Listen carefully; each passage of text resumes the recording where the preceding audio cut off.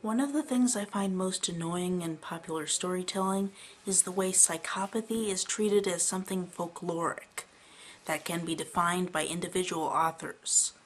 People don't seem to understand that psychopathy is a real-world phenomenon with a lot of scientific literature based around defining it. People treat psychopaths like vampires or werewolves, these items of folklore that can be defined by individual authors based on what other authors have written about it. Vampires didn't look handsome until Bela Lugosi, they didn't die in the sun until Nosferatu, and it wasn't the sun that killed them until the 1958 Hammer Dracula. Since then, vampire movies play with the idea of the seductive vampire figure with an aversion to sunlight, whether it's the bright light that causes them to shield their eyes or cause their skin to sparkle in the sunlight. It is played with as this idea that can be changed around and paid homage to in various sources like it doesn't really exist. When it comes to the vampire myth, writers have free rein because it is a myth, but when it comes to psychopathy, they have a responsibility to get it right. And instead, it's treated as this item that can be shifted around and paid homage to other works that depict it in different ways. Psychopathy has become a part of our folklore. In Philip K. Dick's Do Androids Dream of Electric Sheep, which was adapted into the movie Blade Runner, there's these androids, and androids are essentially humans without empathy, psychopaths. But they're artificial creations, and then Philip K. Dick can play around with this concept of things that are like humans in every way, except that they don't have empathy, as if this didn't already exist. There's a passing reference to schizoids, but there's the assumption that they'd all be imprisoned in asylums, and it's not gone into. It's stupid to think that psychopaths wouldn't be found everywhere anyway. There is in fact no reason to call them androids at all. The whole story could work just fine just calling them psychopaths. Instead, he treats this idea of people who are just like us but don't have empathy, as if it were a novel idea that he created. And then he can play around with it because it's just an idea he made up. It's also popular to say that empathy is an intrinsic part of the human soul, and so psychopaths are humans without souls. Buffy the Vampire Slayer, Supernatural, and the latest incarnation of V have all used this subtrope. Buffy has people switching their souls in and out of their bodies fairly often, usually as a way to explore that character suddenly devoid of empathy. But an Angel episode shows that soulless humans can be born in that universe, so basically all psychopaths are soulless humans. Okay. And on the other hand, Supernatural and V treat psychopathy as if it never happens. Supernatural has Castiel accidentally make a psychopath when he yanks Sam's body out of hell without his soul. And then the body is kind of running around soulless and it's a psychopath, and this is the first time this has ever happened and all beings are shocked at this thing that shouldn't exist. I mean, it does other things like not sleep, but mainly it's a psychopath.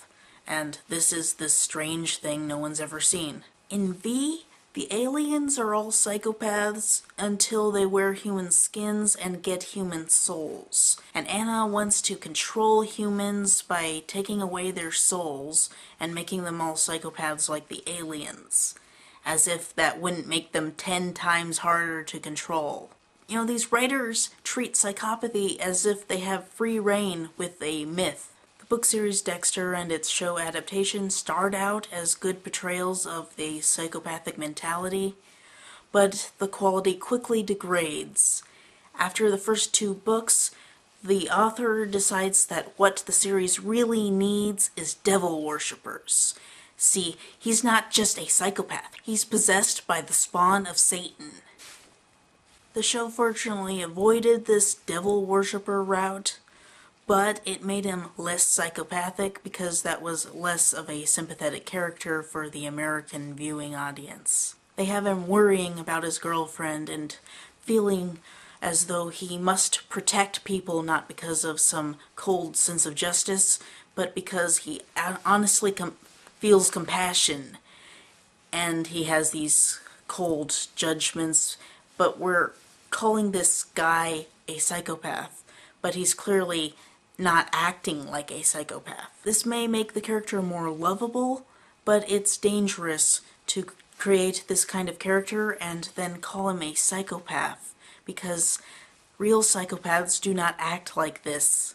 The trope manifests itself in a sexist way when psychopathic traits are given to female characters without actually making them psychopaths. Our patriarchal mythology is filled with stories of these evil women who must be tightly controlled, and our popular stories are filled with similar themes. Even though modern stories are influenced by feminism, these classic themes are still maintained and keep their sexist implications. There's a pervasive meme about women being granted too much power because they can always lie about being raped or abused, and thus can hurt innocent men.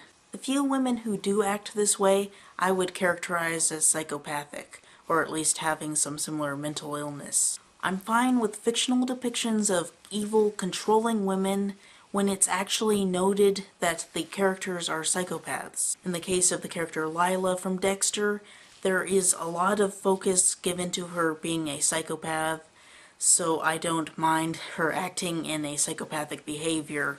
Due to psychopathy being treated as folkloric, however, many female characters are treated as evil, but having some good deep down, like Siobhan in Ringer or Yosaf Bridge in Firefly, Bennett in Dollhouse, and this perpetuates misogynistic themes. As with people in general, a lot of feminists don't understand psychopathy well, so when they see these characters acting like psychopaths, they point at them and say, these characters are anti-feminist. But some women do act like that because they are psychopaths, and these characters need to be depicted because psychopaths exist and people need to be warned about them. And, we should depict the world as it actually exists. And, some MRAs will misunderstand and say, women do act like that. And then feminists will get the idea that people who think that women act like that are misogynists. And it turns into a big shouting match with each side, becoming a side, making it against or for women. The truth is, both are kind of right. Female psychopaths do exist, and they should be depicted, but it should be noted that the characters are actually psychopaths. If it's not noted, then you've got anti-feminist themes. Those unfamiliar with studies of psychopathy can follow this simple guideline to determine if a character is really a psychopath or just a evil character. Is the character rotten to the core, or do they show flickering signs of empathy? Are we dealing with Emperor Palpatine or Darth Vader, who would sacrifice Palpatine to save his son? Are acts of justice performed out of cold judgment about how society should function, or out of innate feelings? Generally speaking, the character you would answer yes about to the first question would be a psychopath, and the character you would answer yes about to the second questions would be a psychopath. My main concern about this trope comes from a feminist standpoint, but I'm also worried about people falling for the lie that psychopaths can be good people deep down. I mean, people see this everywhere. They see it on Ringer, they see it on Dexter. Why wouldn't they come to the conclusion that evil doesn't really exist? People are good deep down.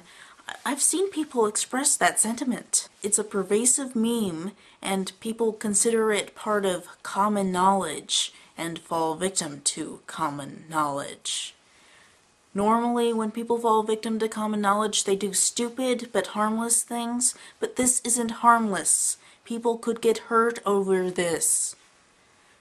I'm sure people do get hurt over this. When talking about psychopaths, storytellers have a duty to get the facts right, to warn people about significant dangers. This duty will always be neglected when we treat psychopathy as folkloric.